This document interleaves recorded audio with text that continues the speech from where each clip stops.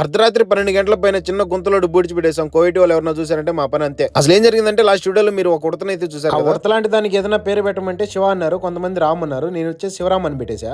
మా ఫ్రెండ్ శివరామ్ చనిపోయిందని చెప్పేసి ఫోన్ చేసేసరికి పరిగెత్తుకుంటూ ఆ రూమ్ లోకి వెళ్ళిపోయా. అక్కడికి వెళ్ళి చూస్తే పడుకొని ఉన్నట్టు అనిపించింది కానీ నిగడకు పోయి చనిపోయి ఉండదు పాపం. నాకైతే చాలా బాధ వేసింది. తీసుకుని వెళ్ళి ఇస్బాల్లో పడేద్దాం అని చెప్పేసి అంటున్నాడు అతను. అసలు అది చనిపోవడానికి కారణం ఏంటంటే ఒక చిన్న డబ్బాలో వాటర్ అయితే పెట్టాడు అనమాట. అది తాగడానికి దాని దగ్గరికి వెళ్ళి చిన్నపిల్ల కదా పడి దాంట్లో చనిపోయింది. నాకు దగ్గరలో ఒక పెద్ద పార్కింగ్ అయితే ఉందన్నమాట. అక్కడ పక్కన ఇసుకలో ఒక కట్టుపుల్ల తీసుకొని గుంత దవ్వి దాంట్లో అయితే బూడ్చి పెట్టేశాను. దీంతో ఉన్నంతసేపు మాకు టైమే తెలిసేది కాదు. చాలా బాధ వస్తుంది.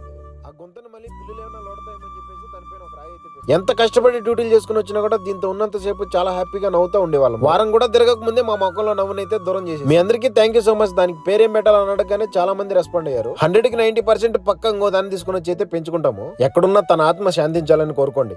ఎవరికి ఎప్పుడు ఏం జరుగుతుందో తెలియదు. ఉన్న రోజులు హ్యాపీగా అందరితో కలిసిమెలిసి ఉంటారని కోరుకుంటున్నాం.